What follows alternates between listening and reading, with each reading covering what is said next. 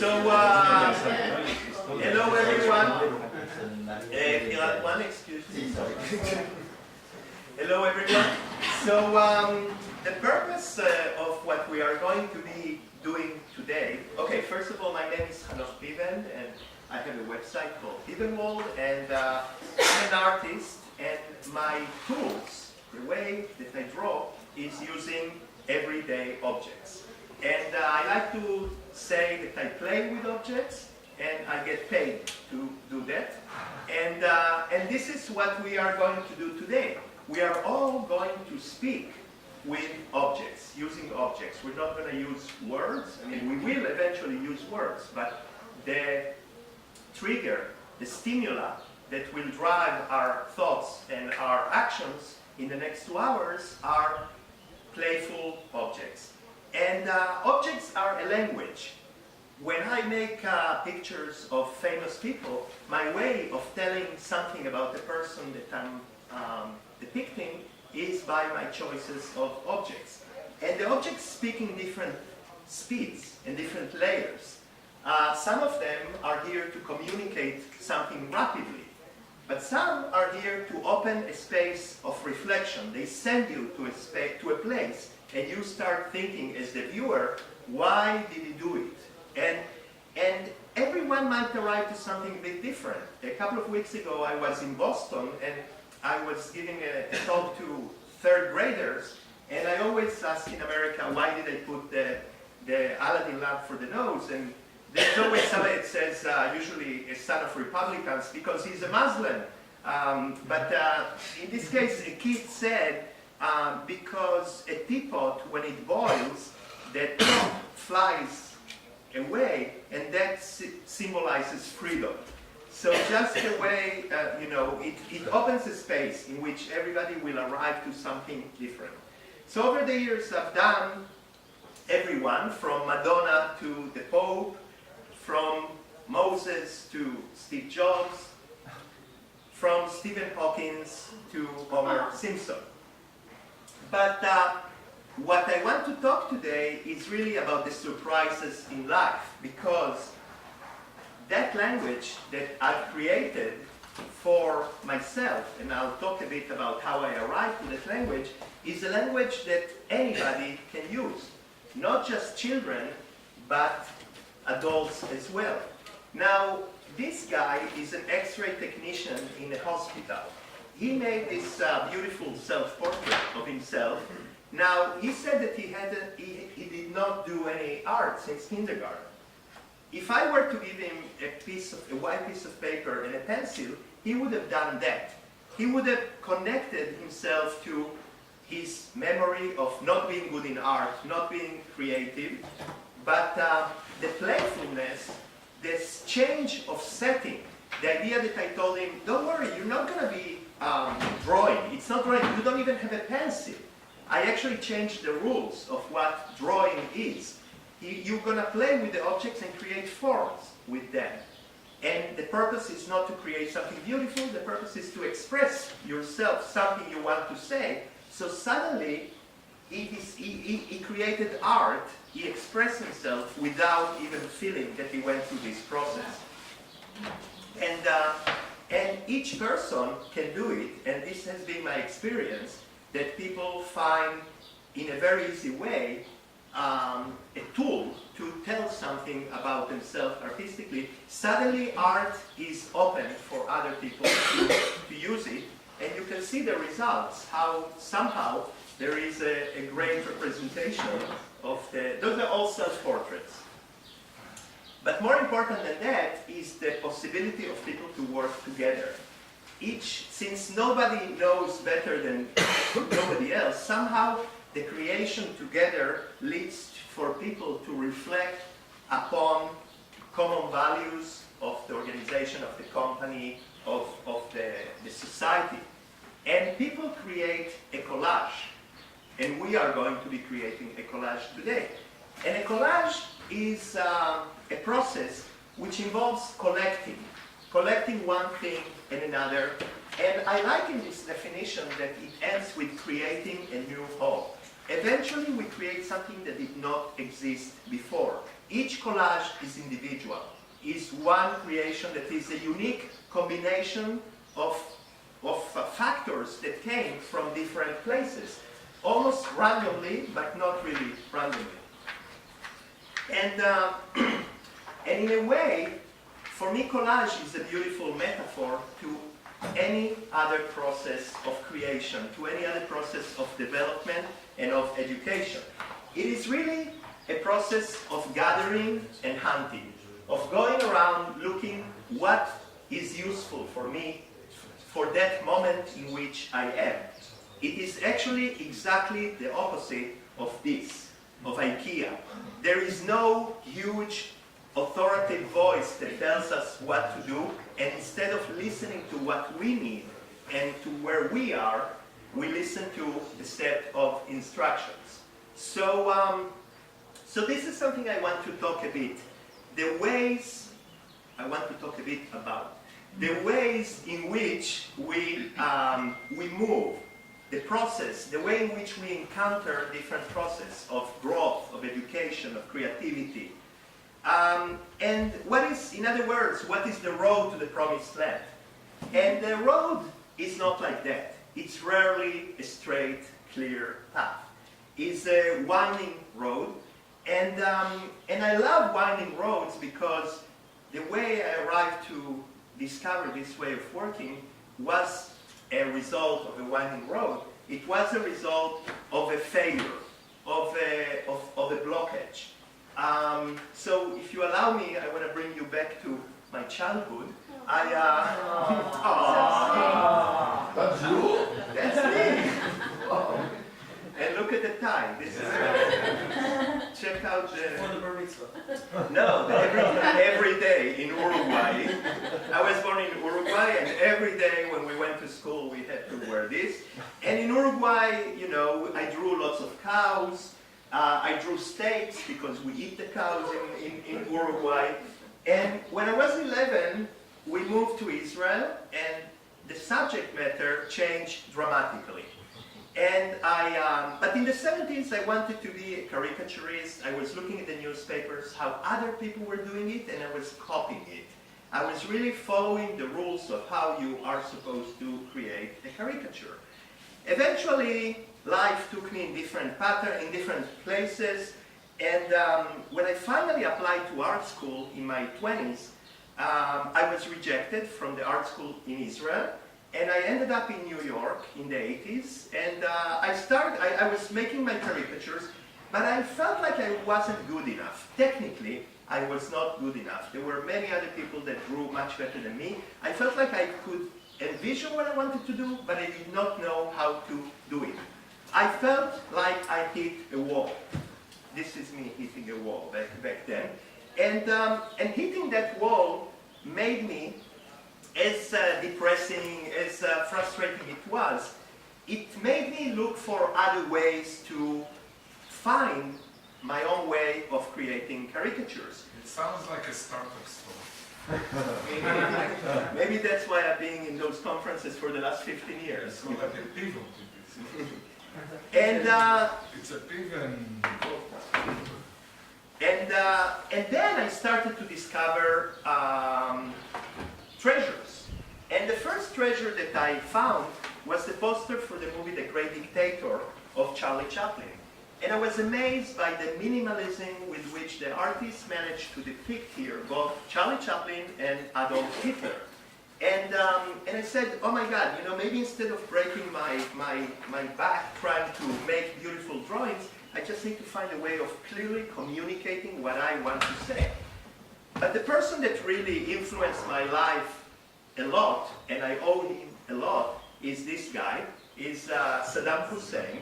During the Gulf War in 1990, I was trying to make a caricature of Saddam Hussein, and I was very influenced at that moment by this image, and I said to myself, what's the minimum information I can put to depict Saddam Hussein? That was my goal. And as I was doing it, suddenly I saw a box of matches that was next to the illustration. And that box of matches was there randomly because I was living with a girlfriend that was a heavy smoker, and we had matches all around. And then I said, maybe I can use the matches as the mustache. So it was a total coincidence that happened, that was there.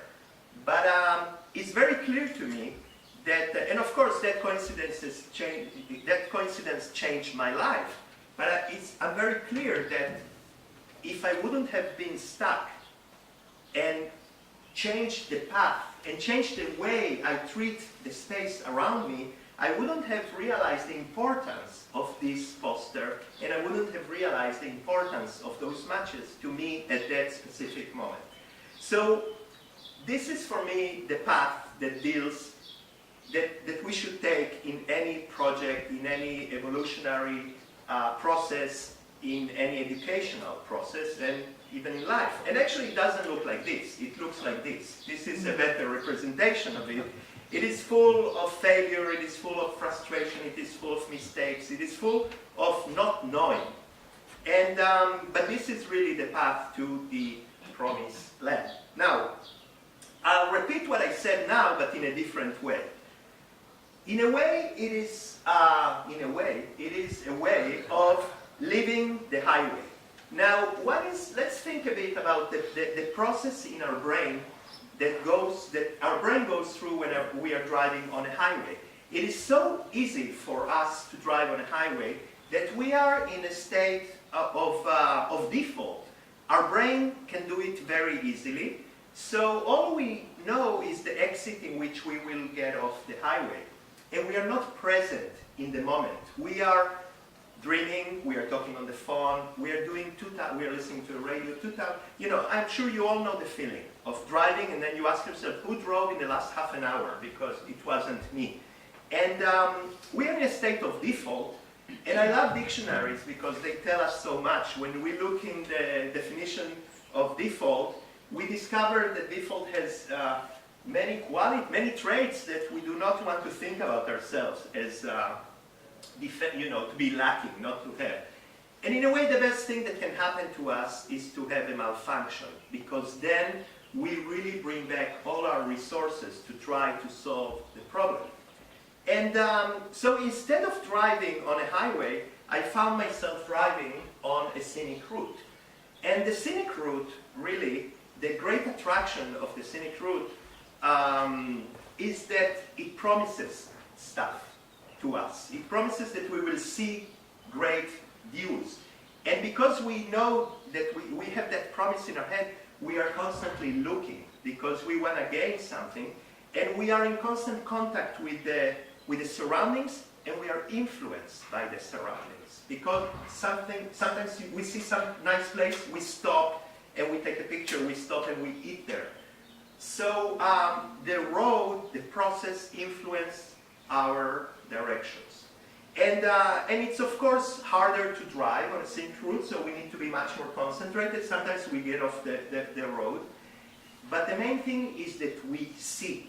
We are aware. We are trying to see. That's the whole point of traveling on a scenic route. And seeing is, according to Paul Valéry, French poet and philosopher, to see is to forget the name of the thing we are looking at. In a way, what Valéry tells us is to forget the preconception, the label of something. And it says, and only when we can forget the label of something, we can really see it for what it really is. And it's of course very difficult to do it, because defining an object, defining a person, defining a situation is a basic survival skill that our brain has. We need to know all the time where we are and who is a friend and who is an enemy, etc. So we need to trick our brain into doing that. And one way to trick our brain is to enter a playful space. That's not the only way, but that's one way of tricking our brain. One way that I like to trick my brain is to start looking for faces. The world is filled with faces. They are everywhere, lots of them in the bathroom. And when we start discovering them, we are actually acting upon the sentence of Paul Valéry, and the faces are, the nice thing is that once you see them, you will not unsee them anymore. Our conscience expands, but does not come back. And another nice thing is that usually we see them with many objects together, not just in one object. Do you see faces here? Yeah, that's a nice thing. There are many faces here. Each one of you might be seeing a different face right now. I saw those, but there are others as well. And of course there are faces here, and of course there are faces here as well. So now that you're good in finding faces, I love it when. See, what Noah did right now is a basic need, is a basic human need. We all want to see, discover, and tell somebody what we just discovered. This is why everybody's doing like this, you know. And when you show it with kids, they do it immediately. So today we're going to be discovering, not necessarily faces, but we're going to be discovering opportunities. We're going to be discovering shapes that trigger something that makes us see something in a new way. And for example, in my work, sometimes I see an object that gives me an idea, and my thought is, how can I help this object becomes what it wants to become? How can I help it? And in this case, I made it Richard Nixon. And so basically, it is looking for opportunities. And looking for opportunities that end up changing the path that we take in the process. The process gives us new ideas and changes maybe our original idea. And interestingly enough, this is what happened to me in my professional life as well. After working for many years in Israel in a big newspaper, Haaretz, the newspaper started to use my work in their advertising, and that brought my work out of just the readership of the newspaper, and suddenly I found myself developing into new areas. In a way, being flexible and accepting that all those things that came to me opened a new world for me. And it started with the book Notzat Gula, the Purple Feather in Hebrew, which was translated to different languages, brought my work out to children. And I received a big surprise after the book came out. Children started to send me pictures that they created with objects or with food. Very innocent ones, and some less innocent. This girl sent me a picture of Monica Lewinsky with the blue dress and the stain on it. And she was a 12-year-old girl at the time. Now she's in her 20s, she's a mother already. Not Monica, the girl. And eventually, it opened a new world for me, in which I started to visit schools and meet children and help them create. And slowly I saw how easy it was for them to express something, but how it opened a space in which they were communicating with the objects. And slowly I saw that it wasn't just for children, but also for adults. And for example, working with adults suffering from cancer or in other areas of trauma, I realized how the objects help express things that are difficult to say in words. How the objects, the playfulness of the objects, allow us to put something out there without the need to communicate it, to commit to the words. We can just put it out there and choose how much of it we even want to tell ourselves. And the objects are also a place of meeting other people. And in the recent years, I've been doing lots of workshops in Israel of work of Palestinians and Israelis together, or Israeli Arabs and Israeli Jews. And in a way, meeting and playing together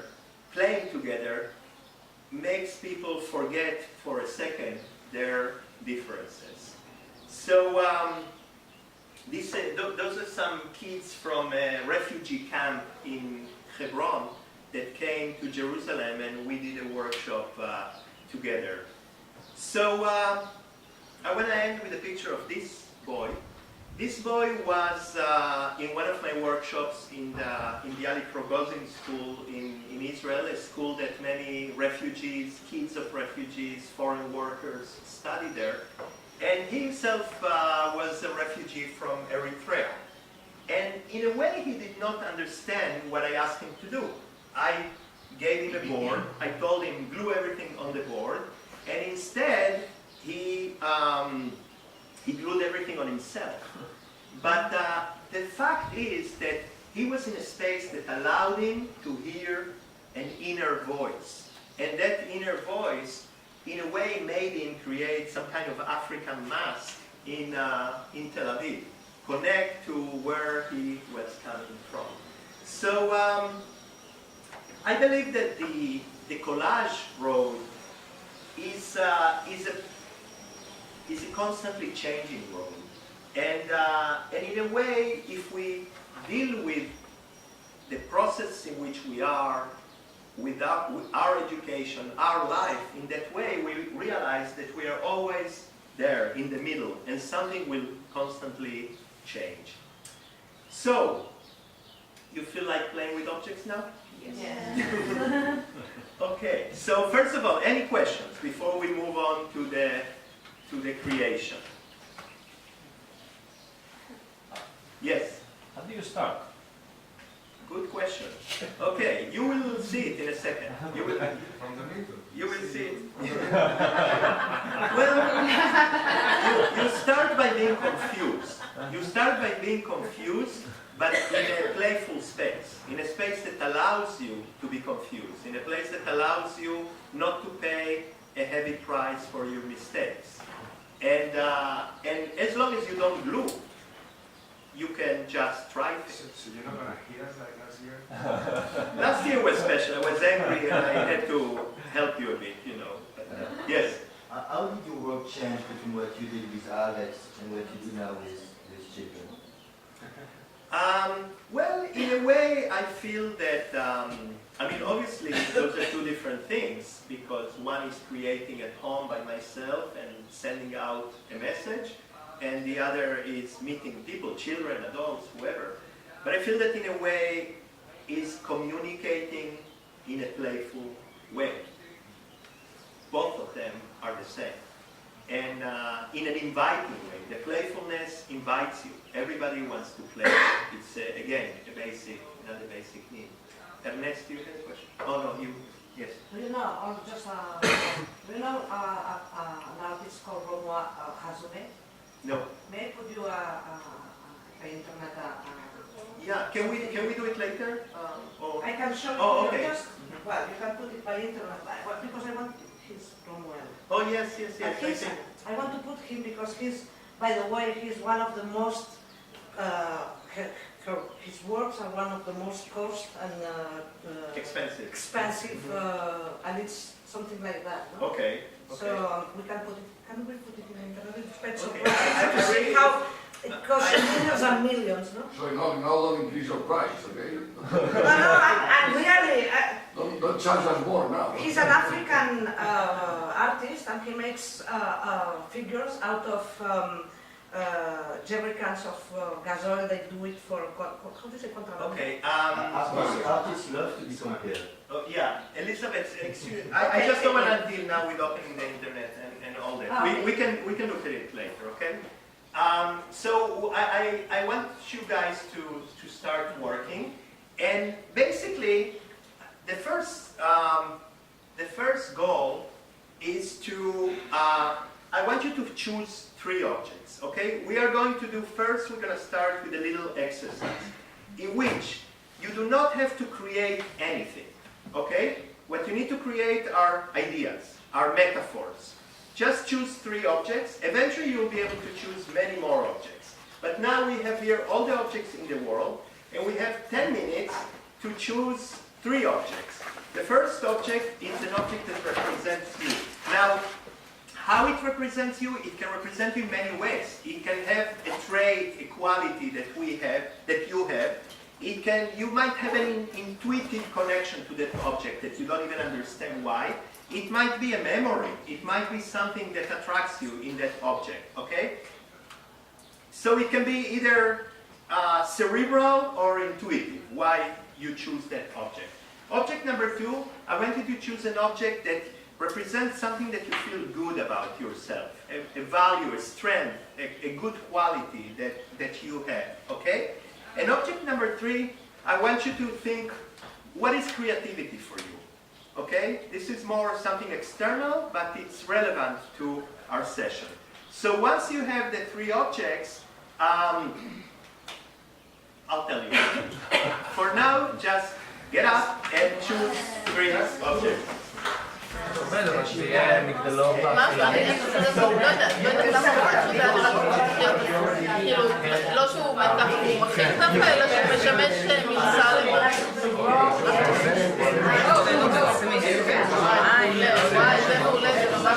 אבל אני רוצה את זה, שאנחנו נראה את זה, לכאורה, דרך נורא נוכל לראות את ה... זה מגדל ביטוח, הוא מגדל חוף.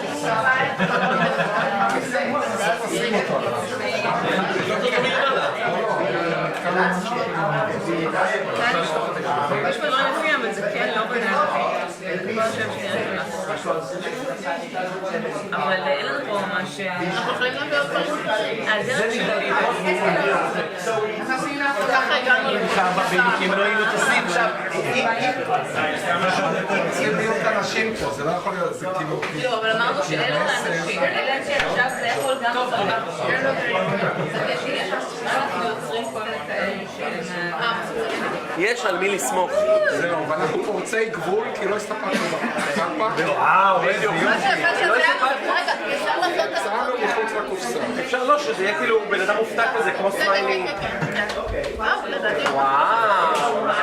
חנוך, יש לנו בשורה. כמו ילד המעניין. תסתכלי מה עשינו! אני רוצה אישור.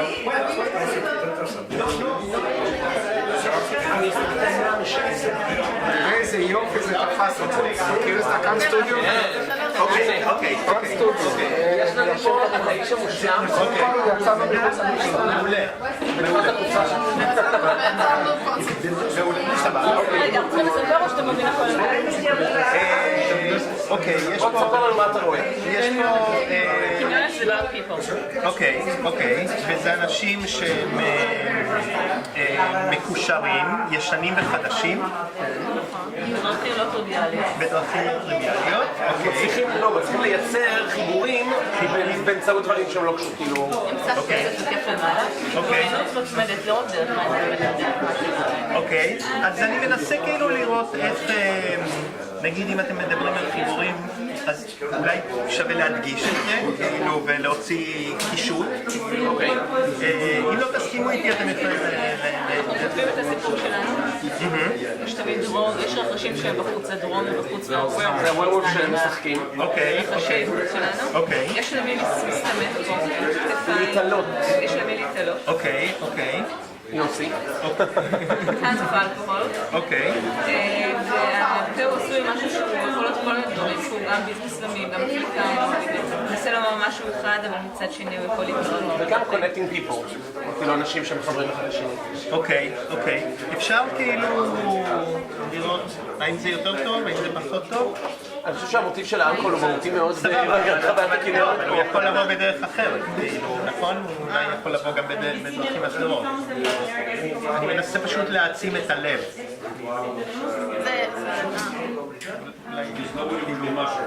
כאילו השיניים החדות האלה מול הלב, זה כאילו, זה אחד נגד השני.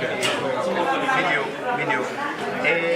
אוקיי, אני הייתי אומר, סבבה, יש לכם פה הזדמנות, יצרתם, לא, סבבה. יצרנו משהו שיוצא חוצה. כן, ומה שדיברתם על זה, יש על מה להסתמך. יש כאילו, בואו נתלה דברים על זה. עשיתם נתלה, בדיוק, כן, בוא עשיתם נתלה. נתלה, שעכשיו מחזיק, שייצג את זה, יש לי- שזה התוצרים, כאילו, מה שיצרתם בשיא שלב אפשר לתלות דברים, יש, רגע, אני מביא לך תווי כביסה. אבל תחשבו טוב, מה אתם רוצים לתלות על זה? עכשיו כן, גם תווי כביסה, רגע, אני מביא. Poner el pegamento y luego enganchar. Sí. Pone así como encina. Espera, cariño. Poner aquí. No, porque no tiene palo. Este palo lo tienes que poner aquí. Esto está encima, ¿no?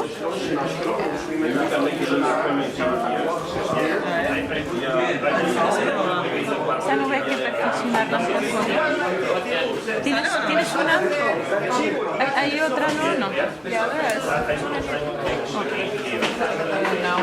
Tiene que ser como... Si ponemos aquí, intenta poner aquí So así. you don't make it choky.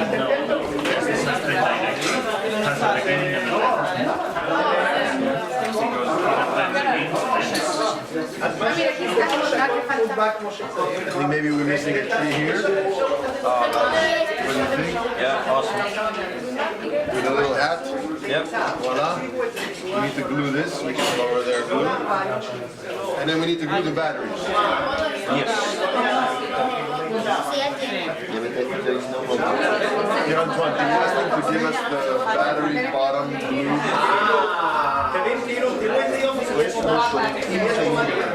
What do you see when you cut the diamond? No, I mean, you know, you can What's missing is a Actually, spice it too much.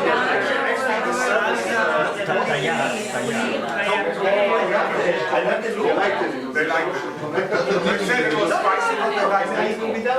And they like the chili. The aubergine. nice, beautiful.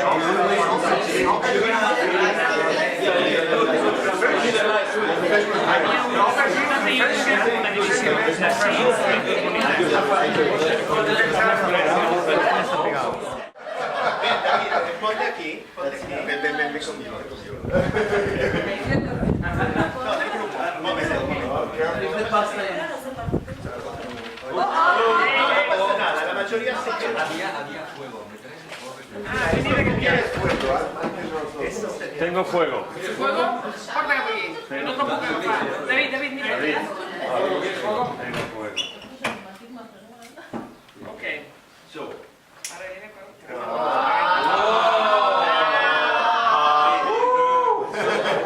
The group is, we are here, please, the group come here also, we are all together. Please come. Maria.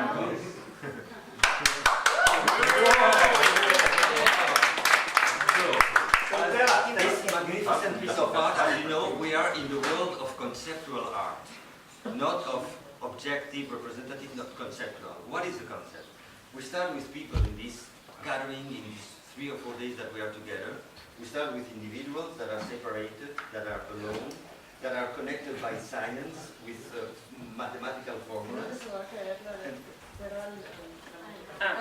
Okay, so we do like It's a good insurance on that. And then a path appear.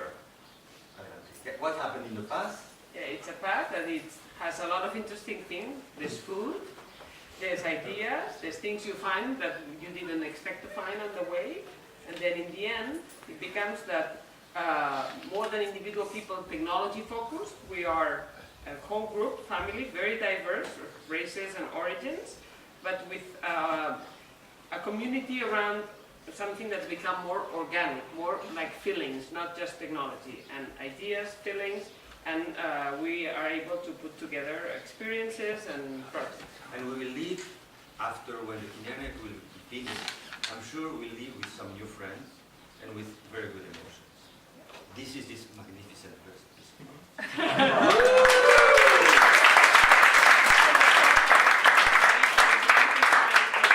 Space in the house to put it.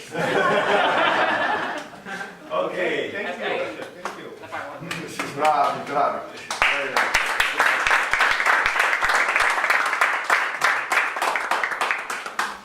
Next.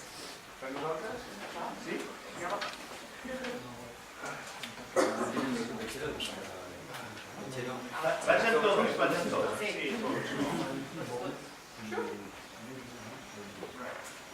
So basically, Ciao, ciao, le donne. the whole idea was to, I mean, for us, KINNERNET represents a kind of bridge between people. No se puede, you cannot We may lose some part of the landscape, but you know, for us, the KINNERNET is a kind of a bridge that connects between people, all integrated in technology and in a very nice surroundings. Everywhere you look is green and blue, and you know. And we don't draw. And the reach is flexible because you never know what's going to happen in a KINNERNET. So what we meant to show you is like, there's people, there's technology, but you don't know where this is going, right? So it depends on us. And we're like sponges. We are absorbing information. Wonderful. Woo!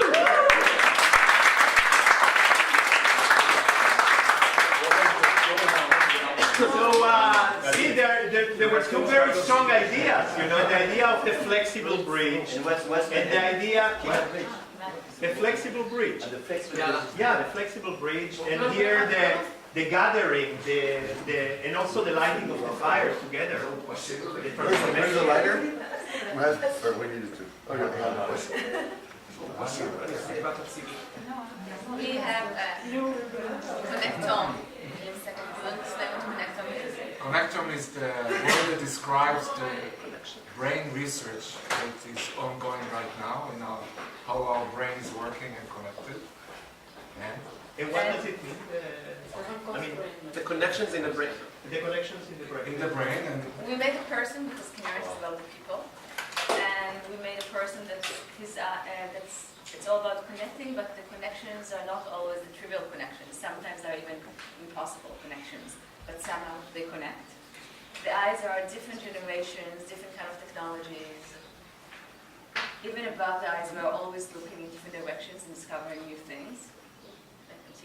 We're all writing our own story over here and writing each other's story together. There are different colors, there are different stories, and there are different religions to them. There's always outside two elements. There's always a drum. There's always a werewolf. So you should always be aware of those two. The mouth is made of beads. One of them each one is an individual bead, but together they create this necklace. But also the necklace is a necklace that can be of many meanings. It could be an Islamic necklace, and it could be an African necklace. It reflects to different people are coming from different places, and there's always some alcohol. And then, So this is the part where we all depend on. So at the end of the day, we are in KINNERNET. Our diversity, we can create. It's a person. Like we are humans. We are one person in humanity with all this diversity, and we depend on ourselves, and then from here we get all the creativity that flows from this. You can reflect on the... Exactly, and the mirror at the bottom is the reflection. The self-reflection, also reflection as a community. Nice. Very nice. and it's out of the box. Out of the copper. Yeah, it's beautiful also the connection, how it all goes back to the connector there. It's a different type of connecting. Yes. Nice. USB. Yay. Okay, next. Two more pieces. No, no.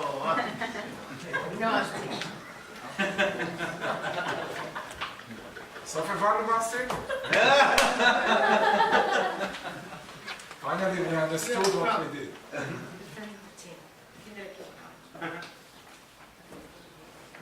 Okay, don't put No. blocks.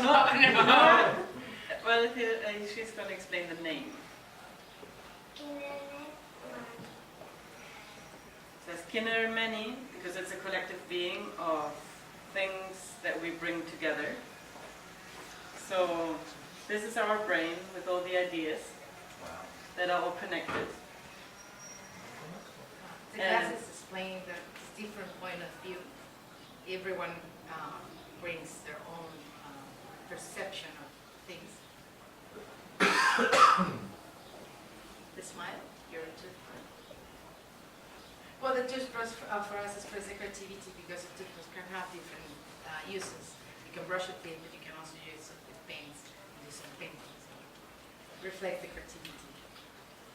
This represents all the ideas that we take home from this experience. And these are all the scientists and doctors that are around. And the time that we spend together. And this is the heart that's very technological, made of many pieces. And the cloud of ideas. What is in the middle of the cloud? I think it's a plus. Yes. Oh, it's a plus. Okay. Because we build ideas, we make things bigger. But also it's ideas, but also it's the film from last night. Oh yeah. And the telephone? And the phones are our legs. And since like our phones today feel like an extension of ourselves, like when they take away a phone, it's like as if they cut off your leg. No, but I like how at the bottom it's very technological and the top is very Fluffy. Exactly, fluffy and soft. So yeah, this is KINNERNET.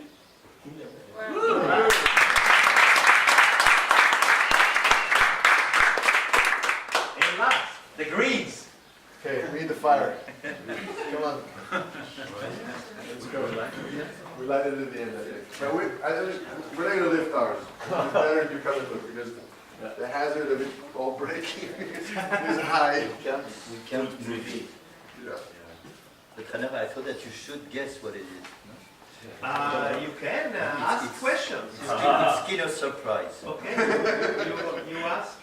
You can do your presentation any way that you want. So what do you see here? It's not even a big lullaby. Wonders. That's it. That's what you are. So we're in Kinneret Park. Kinneret Park. Kinneret Park. Not Jurassic Park.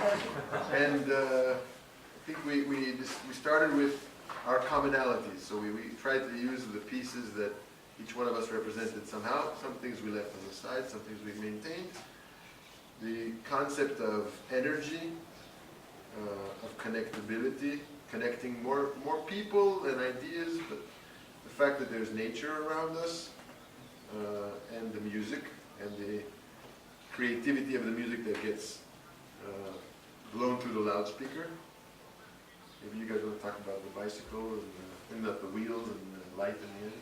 So basically, we are in the middle of the forest. We are part of the forest.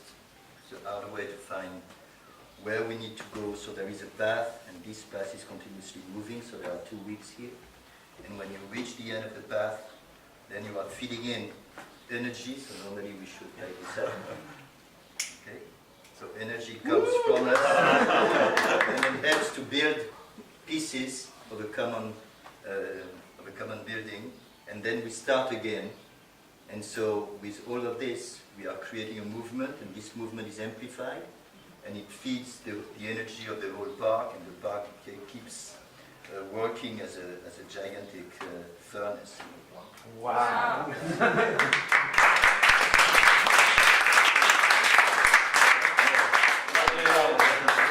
No, beautiful. The idea that it generates itself, and it's very nice.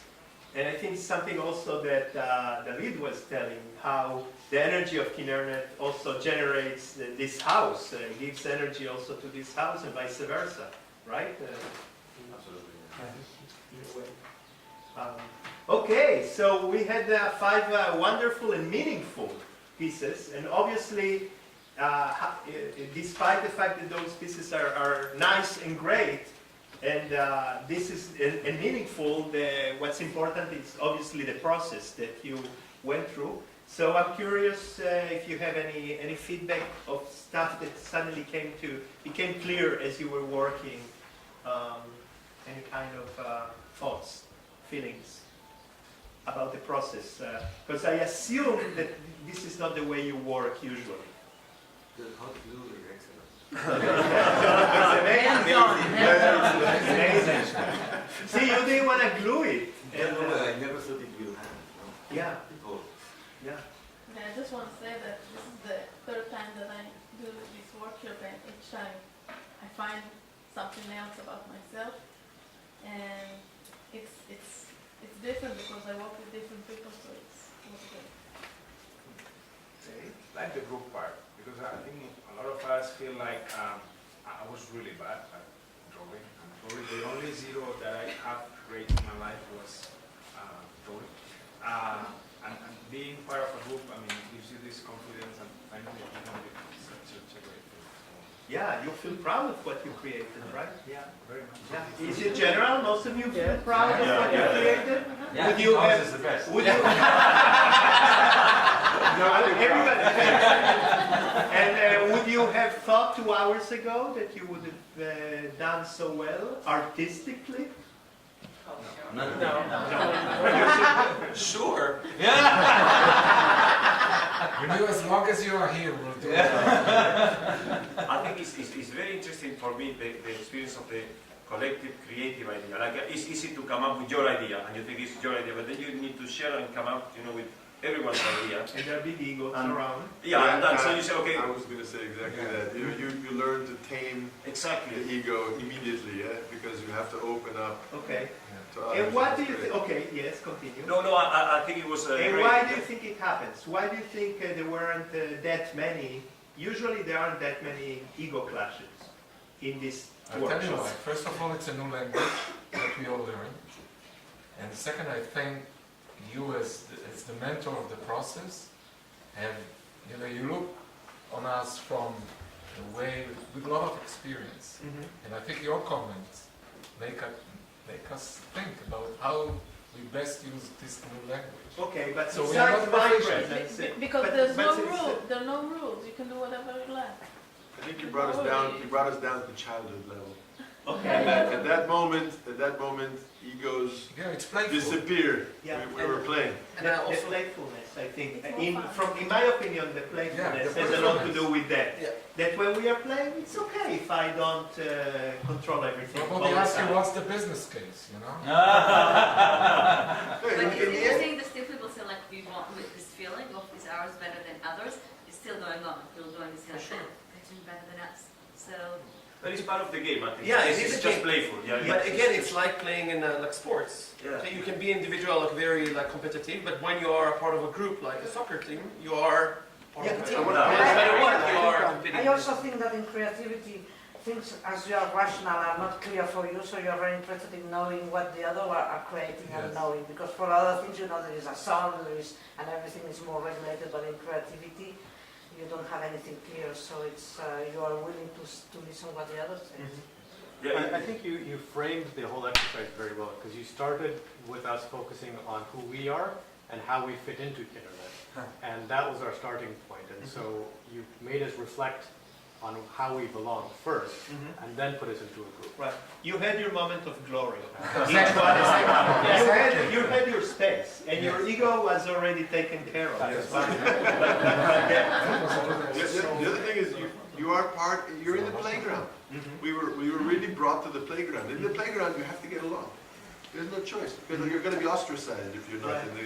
Right. The kids. That's what they were saying about Suarez. That once you bite somebody, you break the rules, and then nobody wants to play with you because you beat. Wow. And also this whole spirit of the KINNERNET. I mean, everyone has represented this thing like reaching and playing and playground. I mean, everyone is so prepared here to share, to enjoy the whole house. Yeah, but it works also with insurance salesmen.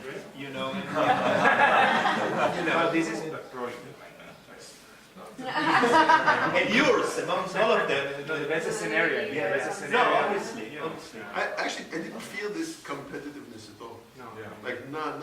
But you know what? I'm pleasantly surprised because I tell you the truth. And while you were sharing in the groups, I did not know what was the exercise that I was going to give you. Initially, I was debating whether to do self-portrait or group work because I know that people want to talk about themselves, and we were talking a lot about individual. And I was debating, and then I said, too many people, it's not going to be good to work individually, let's do groups. And my intention was to reflect what is creativity. This is why I gave you the third project, the third object was creativity. I thought, because I felt, you guys don't belong to the same community. And then at the last moment, I thought maybe I should do the community of KINNERNET. And I said maybe people won't feel like community, but I was surprised at how strong the community of KINNERNET turned out to be as a concept, that it connected everyone. Okay. So. Thank you very much.